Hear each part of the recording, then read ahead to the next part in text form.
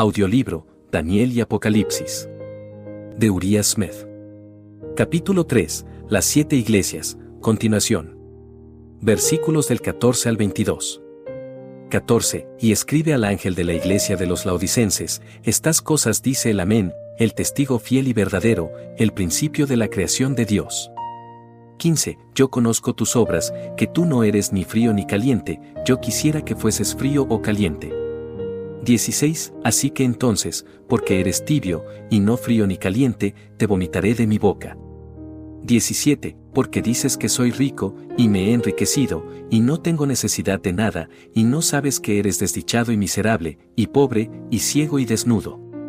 18. Te aconsejo que de mí compres oro probado en el fuego, para que puedas ser rico, y vestiduras blancas, para que seas vestido, y que la vergüenza de tu desnudez no se descubra, y unge tus ojos con colirio, para que puedas ver. 19. A todos los que amo, los reprendo y los castigo, sé, pues, celoso y arrepiéntete. 20. He aquí yo estoy a la puerta y llamo, si alguno oyere mi voz y abriere la puerta, entraré a él y cenaré con él y él conmigo.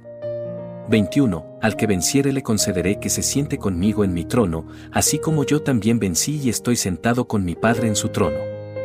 22. El que tenga oído, oiga lo que el Espíritu dice a las iglesias.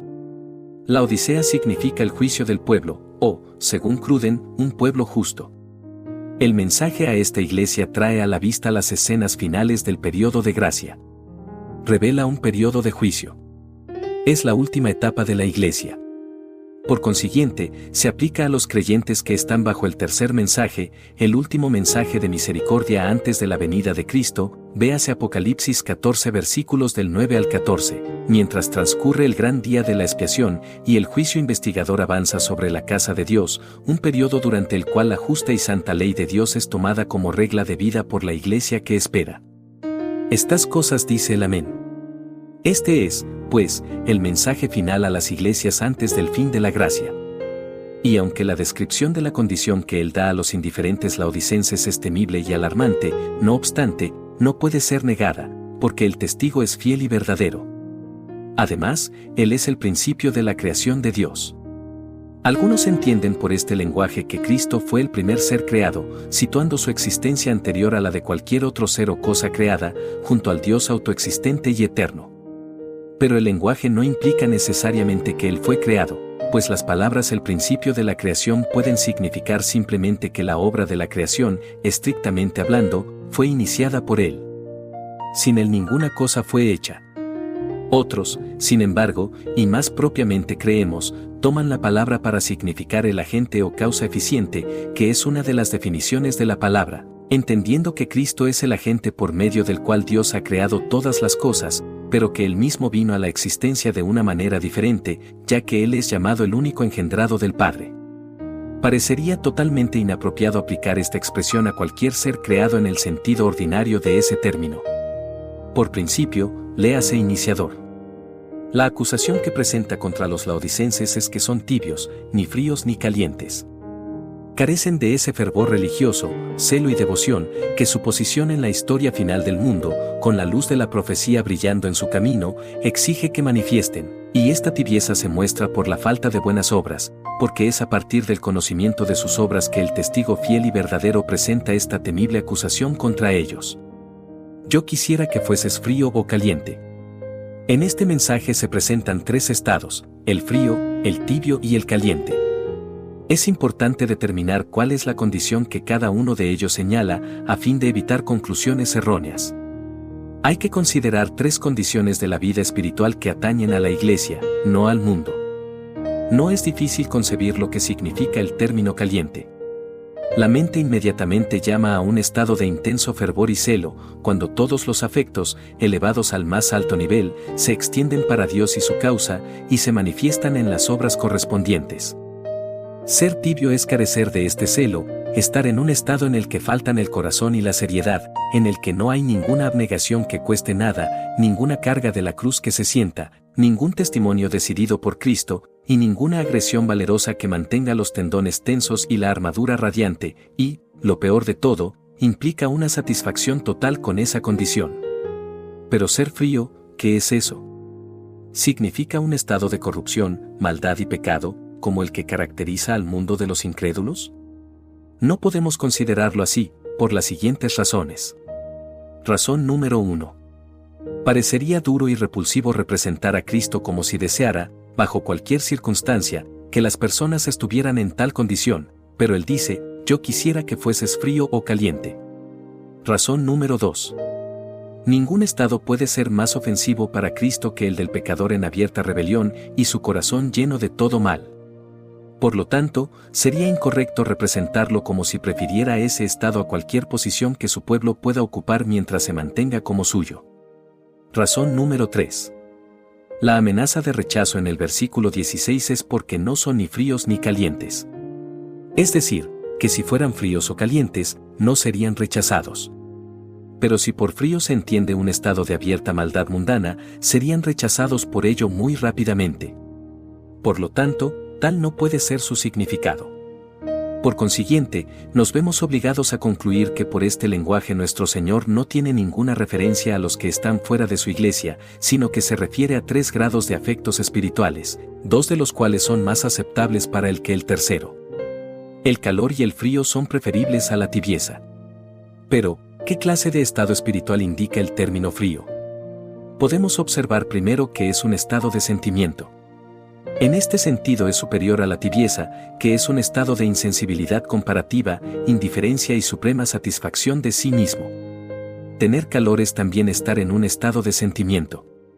Y así como el calor denota un fervor alegre y un ejercicio vivo de todos los afectos, con un corazón lleno de la presencia sensible y el amor de Dios, el frío parece denotar una condición espiritual caracterizada por la carencia de estos rasgos, pero en la que el individuo siente tal carencia y anhela recuperar sus tesoros perdidos.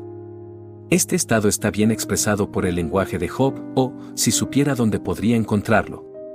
Job 23 versículo 3. En este estado no hay indiferencia, ni tampoco contenido, pero hay una sensación de frialdad, de incapacidad y de incomodidad, y una exploración y búsqueda de algo mejor.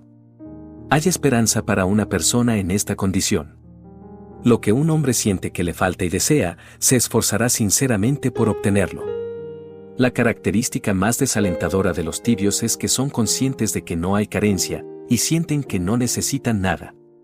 De ahí que sea fácil ver por qué nuestro Señor prefiere contemplar su iglesia en un estado de frialdad incómoda, antes que en un estado de tibieza cómoda, fácil e indiferente.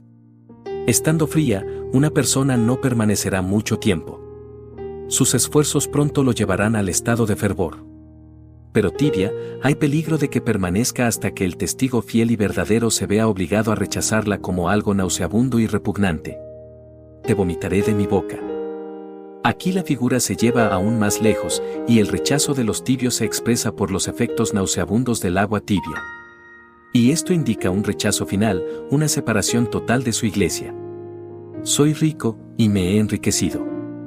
Así piensan los laodicenses que es su condición. No son hipócritas, porque no saben que son pobres, miserables, ciegos y desnudos. El consejo dado a ellos. Compra de mí, dice el verdadero testigo, oro probado en el fuego, para que puedas ser rico, y ropa blanca, para que puedas ser vestido, y unge tus ojos con colirio, para que puedas ver. Esto muestra de inmediato a los engañados laodicenses los objetos que les faltan y la magnitud de su carencia. Muestra, también, donde pueden obtener esas cosas en las que son tan terriblemente pobres, trae ante ellos la necesidad de obtenerlas prontamente. El caso es tan urgente que nuestro gran abogado en la corte de arriba nos envía un consejo especial sobre el punto, y el hecho de que aquel que ha condescendido a señalar nuestra carencia y aconsejarnos que compremos, es el que tiene estas cosas para otorgar y nos invita a venir a él por ellas, es la mejor garantía posible de que nuestra solicitud será considerada y nuestras peticiones concedidas. Pero, ¿con qué medios podemos comprar estas cosas? Así como compramos todas las demás gracias del Evangelio. Todo aquel que tenga sed, venga a las aguas, y el que no tenga dinero, venga, compre y coma, sí, venga, compre vino y leche sin dinero y sin precio. Isaías 55 versículo 1.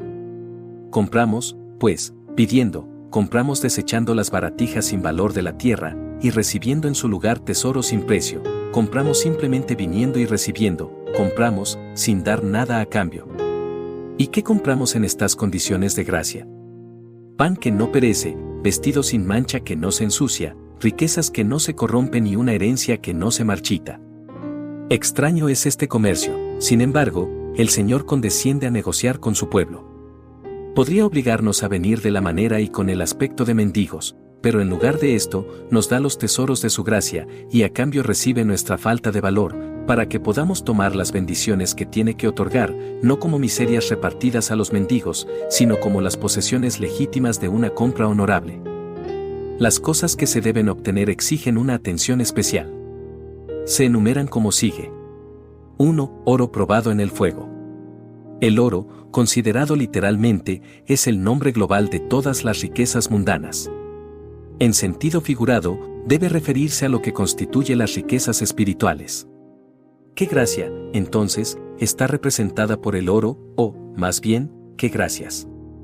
Porque sin duda no se puede decir que una sola gracia responda a todo el significado de ese término. El Señor dijo a la iglesia de Esmirna que conocía su pobreza, pero que eran ricos, y el testimonio muestra que sus riquezas consistían en lo que finalmente iba a ponerlos en posesión de una corona de vida. Dice Santiago, oíd, mis amados hermanos, ¿no ha elegido Dios a los pobres de este mundo ricos en fe y herederos del reino que ha prometido a los que le aman? La fe, dice Pablo, es la sustancia de las cosas que se esperan, la evidencia de las cosas que no se ven. Ser rico para con Dios, rico en el sentido espiritual, es tener un claro título de las promesas, ser un heredero de esa heredad que es incorruptible, incontaminada, y que no se desvanece, reservada en el cielo para nosotros. Si sois de Cristo, entonces sois simiente de Abraham y heredero según la promesa, Gálatas 3 versículo 29. ¿Y cómo obtenemos esta condición de herederos? De la misma manera que Abraham obtuvo la promesa, esto es, mediante la fe, Romanos 4 versículos 13 y 14. No es de extrañar, entonces, que Pablo dedique un capítulo entero en Hebreos, capítulo 11, a este importante tema, exponiendo los poderosos logros que se han realizado y las preciosas promesas que se han obtenido a través de la fe, y que él, en el primer versículo del siguiente capítulo, como la gran conclusión de su argumento, exhorte a los cristianos a dejar de lado todo peso y el pecado de la incredulidad, que tan fácilmente los acosa. Nada secará más pronto los manantiales de la espiritualidad y nos hundirá en la más absoluta pobreza en lo que se refiere a las cosas del reino de Dios, que permitir que desaparezca la fe y entre la incredulidad. Porque la fe debe entrar en toda acción que sea agradable a los ojos de Él, y al venir a Él, lo primero es creer que Él es, y es por medio de la fe, como agente principal bajo la gracia que es el don de Dios, que hemos de ser salvados. Hebreos 11 versículo 6, Efesios 2 versículo 8. De esto se desprende que la fe es un elemento principal de la riqueza espiritual. Pero sí, como ya se ha señalado, ninguna gracia puede responder al significado completo del término oro, así, sin duda, otras cosas están incluidas con la fe. La fe es la sustancia de lo que se espera, dice Pablo. Por lo tanto, la esperanza es un acompañamiento inseparable de la fe, Hebreos 11 versículo 1, Romanos 8 versículos 24 y 25. Y de nuevo Pablo nos dice que la fe obra por el amor, y habla en otro lugar de ser ricos en buenas obras, Gálatas 5 versículo 6, Primera de Timoteo 6 versículo 18. Por lo tanto, el amor no puede separarse de la fe. Tenemos entonces ante nosotros los tres objetos asociados por Pablo en 1 de Corintios 13, la fe, la esperanza y la caridad, o el amor, y el mayor de ellos es la caridad. Tal es el oro probado por el fuego que se nos aconseja comprar. 2. Vestimenta blanca. En este punto no parece haber mucho espacio para la controversia. Unos pocos textos nos darán la clave para entender esta expresión. Dice el profeta, en Isaías 64 versículo 6, todas nuestras justicias son como trapos de inmundicia. Se nos aconseja que compremos lo opuesto a los trapos sucios, que sería una vestimenta completa y sin mancha. La misma figura se utiliza en Zacarías, capítulo 3 versículos 3 y 4. Y Juan, en el capítulo 19 del Apocalipsis, versículo 8, dice claramente que el lino fino es la justicia de los santos. 3. El colirio. Sobre esto hay tan poco espacio para la diversidad de opinión como sobre la vestimenta blanca. El ungimiento de los ojos ciertamente no debe tomarse en un sentido literal y, al referirse a las cosas espirituales, el colirio debe referirse a aquello con lo cual se aviva nuestro discernimiento espiritual. Solo hay un agente revelado a nosotros en la palabra de Dios por el cual esto se logra, y es el Espíritu Santo. En Hechos 10 versículo 38 leemos que Dios ungió a Jesús de Nazaret con el Espíritu Santo. Y el mismo escritor a través de quien vino esta revelación de Jesucristo, escribió a la iglesia en su primera epístola, capítulo 2 versículo 20, lo siguiente: pero vosotros tenéis la unción del Santo, y conocéis todas las cosas. En el versículo 27 él amplía este punto de la siguiente manera: pero la unción que habéis recibido de él permanece en vosotros, y no tenéis necesidad de que nadie os enseñe, sino que como la misma unción os enseña todas las cosas, y es verdad, y no es mentira, así como os ha enseñado, permaneceréis en él.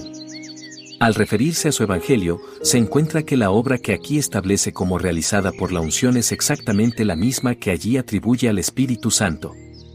Juan 14 versículo 26 dice: pero el Consolador, que es el Espíritu Santo, a quien el Padre enviará en mi nombre, él os enseñará todas las cosas, y os recordará todo lo que yo os he dicho. Véase también Juan 16 versículo 13. Así, de manera formal y solemne, somos aconsejados por el testigo fiel y verdadero, bajo las figuras de oro, vestiduras blancas y colirio, para buscar de él, rápida y fervientemente, un aumento de las gracias celestiales de fe, esperanza, caridad, esa justicia que solo él puede proporcionar, y una unción del Espíritu Santo. Pero ¿cómo es posible que un pueblo que carece de estas cosas se considere rico y acrecentado de bienes? Se puede sacar una conclusión plausible, que quizás sea también necesaria, ya que no hay lugar para ninguna otra. Se observará que no se encuentra ninguna falta en los laodicenses por las doctrinas que sostienen. No se les acusa de albergar a ninguna Jezabel entre ellos, ni de apoyar las doctrinas de Balaam o de los Nicolaitas. Hasta ahora, por lo que podemos aprender del mensaje que se les ha dirigido, su creencia es correcta y su teoría es sólida. Por lo tanto, se deduce que, al tener una teoría correcta, están satisfechos con ella. Están satisfechos con una forma correcta de doctrina sin su poder. Habiendo recibido luz respecto a los acontecimientos finales de esta dispensación y teniendo un conocimiento teórico correcto de las verdades que pertenecen a la última generación de hombres, se inclinan a descansar en esto hasta llegar a descuidar la parte espiritual de la religión. Es por sus acciones, sin lugar a dudas, y no por sus palabras, por lo que dicen que son ricos y que se han enriquecido. Teniendo tanta luz y tanta verdad, ¿qué pueden querer además de esto? Y si, con una tenacidad admirable, defienden la teoría y en la letra, en lo que respecta a su vida exterior, se ajustan a la luz creciente sobre los mandamientos de Dios y la fe de Jesús, ¿no está completa su justicia? Ricos y enriquecidos, y sin necesidad de nada. Aquí está su fracaso. Todo su ser debería clamar por el espíritu, el celo, el fervor, la vida, el poder de un cristianismo vivo, y su justicia debería consistir en tragarse el yo y todas sus obras en los méritos de su Redentor. La muestra de amor. Esto, por extraño que parezca, es el castigo. A todos los que amo, los reprendo y los castigo. Si no somos castigados, no somos hijos, Hebreos 12. Una ley general, dice Thompson, de su bondadosa economía se expone aquí. Como todos necesitan el castigo en alguna medida lo reciben, y así tienen la prueba del apego del Salvador. Esta es una lección difícil de aprender, y los creyentes son estudiantes débiles. Sin embargo, aquí y en toda la palabra y la providencia de Dios se sostiene que las pruebas son sus bendiciones, y que ningún hijo escapa a la vara. Los bloques incorregiblemente deformes y de grano grueso son rechazados, mientras que los elegidos para la estructura gloriosa son sometidos al cincel y al martillo. No hay racimo en la vid verdadera que no deba pasar por el lagar.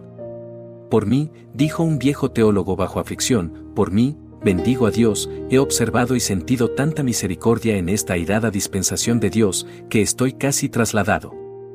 Estoy, ciertamente, muy complacido al pensar cuán infinitamente dulces son sus misericordias, cuando sus juicios son tan llenos de gracia. En vista, entonces, del origen y el diseño de los castigos que recibes, sé celoso y arrepiéntete. No pierdas tiempo, no pierdas ni un golpe de la vara, sino arrepiéntete de inmediato. Sé ferviente de espíritu. Tal es el primer recurso de estímulo. Sé, pues, celoso y arrepiéntete. Aunque, como hemos visto, el estado representado por la frialdad es preferible al de la tibieza, sin embargo, no es un estado en el que nuestro Señor desee encontrarnos. Nunca se nos exhorta a buscar ese estado. Hay uno mucho mejor que se nos aconseja alcanzar, y es el de ser celosos, ser fervientes y tener nuestros corazones encendidos al servicio de nuestro Maestro. Cristo está tocando a la puerta. Escuchemos de nuevo al autor antecitado. Aquí está el corazón de los corazones. A pesar de su actitud ofensiva, de su carácter sin amor, es tal su amor por sus almas que se humilla para solicitar el privilegio de que sean bendecidas. He aquí que estoy a la puerta, y llamo. ¿Por qué lo hace? No porque no tenga casa en otra parte. Entre las mansiones de la casa de su Padre no hay una sola entrada cerrada para él. Él es la vida de todos los corazones, la luz de cada ojo, el canto de cada lengua, en la gloria. Pero él recorre de puerta en puerta a la Odisea. Se presenta en cada una de ellas y llama, porque ha venido a buscar y salvar lo que se ha perdido, porque no puede renunciar al propósito de comunicar la vida eterna a cuantos el Padre le ha dado, y porque no puede darse a conocer al preso a menos que se le abra la puerta y se le dé una bienvenida. ¿Ha comprado un pedazo de tierra? ¿Ha comprado 5 yuntas de bueyes? Está su sombrero en la mano, y rogando que se le disculpe? Él llama y llama. Pero no puede recibir compañía en este momento, está agotado por el trabajo, ha dado vueltas al sofá, se está poniendo cómodo, y manda decir que está comprometido. Él llama y llama. Es la hora de la reunión de oración de la iglesia o del concierto mensual, hay oportunidad de hacer una visita cristiana a un individuo o a una familia, pero no te mueves. Oh, tibieza nauseabunda. Oh, fatal mundanalidad. El Señor de la Gloria viene desde su palacio celestial, viene en pobreza, en sudor, en sangre, viene a la puerta de un profeso amigo, que le debe todo, y no puede entrar. Viene a rescatar a un hombre cuya casa está en llamas, y no lo deja entrar. Oh, la altura, la profundidad de la tolerancia de Jesucristo. Incluso el pagano Publio recibió a Pablo, y lo alojó 3 días cortésmente. ¿Acaso los cristianos nominales le dirán al Señor de los apóstoles que no tienen lugar para él? Si alguno oyere mi voz. El Señor suplica, pues, además de llamar. Y la palabra sí implica que algunos no escucharán. Aunque esté de pie y llame y ruegue hasta que sus rizos se mojen con el rocío de la noche, todavía algunos cerrarán sus oídos a sus tiernas súplicas. Pero no basta con oír. Debemos oír y abrir la puerta. Y muchos de los que al principio oyen la voz y por un tiempo se sienten inclinados a prestar atención, sin duda, lamentablemente, fallarán al final en hacer lo que es necesario para asegurarse la comunión con el huésped celestial. Lector, ¿estás atento a las súplicas que te dirige el Salvador? ¿Es el sonido de su voz un sonido bienvenido? ¿Lo escucharás? ¿Abrirás la puerta y lo dejarás entrar?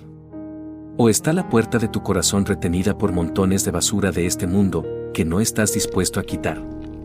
Recuerda que el Señor de la vida nunca fuerza la entrada. Él condesciende a venir y llamar, y buscar la admisión, pero Él toma su morada en aquellos corazones solo donde Él es entonces un huésped bienvenido e invitado. Y luego la promesa. Entraré a Él, y cenaré con Él, y Él conmigo. Qué contundente y conmovedora es la figura. Amigo con amigo, participando en la comida alegre y social. Mente con mente, manteniendo una conversación libre e íntima. ¿Y qué escena festiva debe ser aquella en la que el Rey de la Gloria es un huésped? Este lenguaje no refleja ningún grado de unión común, ninguna bendición ordinaria, ningún privilegio habitual. ¿Quién, bajo tan tierna súplica y tan misericordiosa promesa, puede permanecer indiferente? Tampoco se nos pide que preparemos la mesa para este excelso huésped. Esto lo hace él mismo, no con el tosco alimento de la tierra, sino con viandas de su propio almacén celestial. Aquí nos pone delante de nosotros los anticipos de la gloria pronto a ser revelada. Aquí nos da las primicias de nuestra futura herencia, que es incorruptible, incontaminada e imperecedera. En verdad, cuando cumplamos las condiciones y recibamos esta promesa, experimentaremos la aparición de la estrella de la mañana en nuestros corazones, y contemplaremos el amanecer de una gloriosa mañana para la Iglesia de Dios. La promesa final. La promesa de cenar con sus discípulos es hecha por el Señor antes de que se dé la promesa final al vencedor. Esto muestra que las bendiciones incluidas en esa promesa deben ser disfrutadas en este estado de prueba. Y ahora, además de todo esto, está la promesa al vencedor: al que venciere, le concederé que se siente conmigo en mi trono, así como yo he vencido, y estoy sentado con mi Padre en su trono. Aquí culminan las promesas del Señor. De ser primero rebelde, y luego caído, degradado y contaminado, el hombre es devuelto por la obra del Redentor a la reconciliación con Dios, purificado de sus contaminaciones, redimido de la caída, hecho inmortal, y finalmente elevado a un asiento en el mismo trono de su Salvador. El honor y la exaltación no podían ir más lejos. Las mentes humanas no pueden concebir ese estado, el lenguaje humano no puede describirlo. Solo podemos seguir trabajando hasta que, si somos vencedores al fin, sepamos lo que es estar allí. En este versículo no solo hay una promesa gloriosa, sino también una doctrina importante. Aprendemos por esto que Cristo reina de forma consecutiva sobre dos tronos. Uno es el trono de su Padre, el otro es su propio trono. Él declara en este versículo que ha vencido, y que ahora está sentado con su Padre en su trono. Ahora está asociado con el Padre en el trono del dominio universal, colocado a su derecha, muy por encima de todo principado, poder, fuerza y dominio, Efesios 1 versículos 20 al 22, etc. Mientras está en esta posición, es un rey sacerdote. Es sacerdote, ministro del santuario, pero al mismo tiempo está a la derecha del trono de la majestad en los cielos, Hebreos 8 versículo 1 y 2. Esta posición y obra de nuestro Señor fue predicha así por el profeta Zacarías, y le habló, diciendo: así ha hablado el Señor de los ejércitos, Dios, diciendo: he aquí el hombre cuyo nombre es el renuevo, Cristo, y crecerá de su lugar, y edificará el templo del Señor. Y él, Cristo, se sentará y gobernará sobre su trono, de Dios, y él, Cristo, será sacerdote sobre su trono, de Dios, y el consejo de paz, en el sacrificio y la obra sacerdotal de Cristo en favor del hombre arrepentido, estará entre ambos. Zacarías 6 versículos 12 y 13. Pero se acerca el momento en que él cambiará su posición y, dejando el trono de su Padre, tomará su propio trono, y esto debe ser cuando llegue el momento de la recompensa de los vencedores, porque cuando lleguen a su recompensa, se sentarán con Cristo en su trono, así como él ha vencido, y ahora está sentado con el Padre en su trono.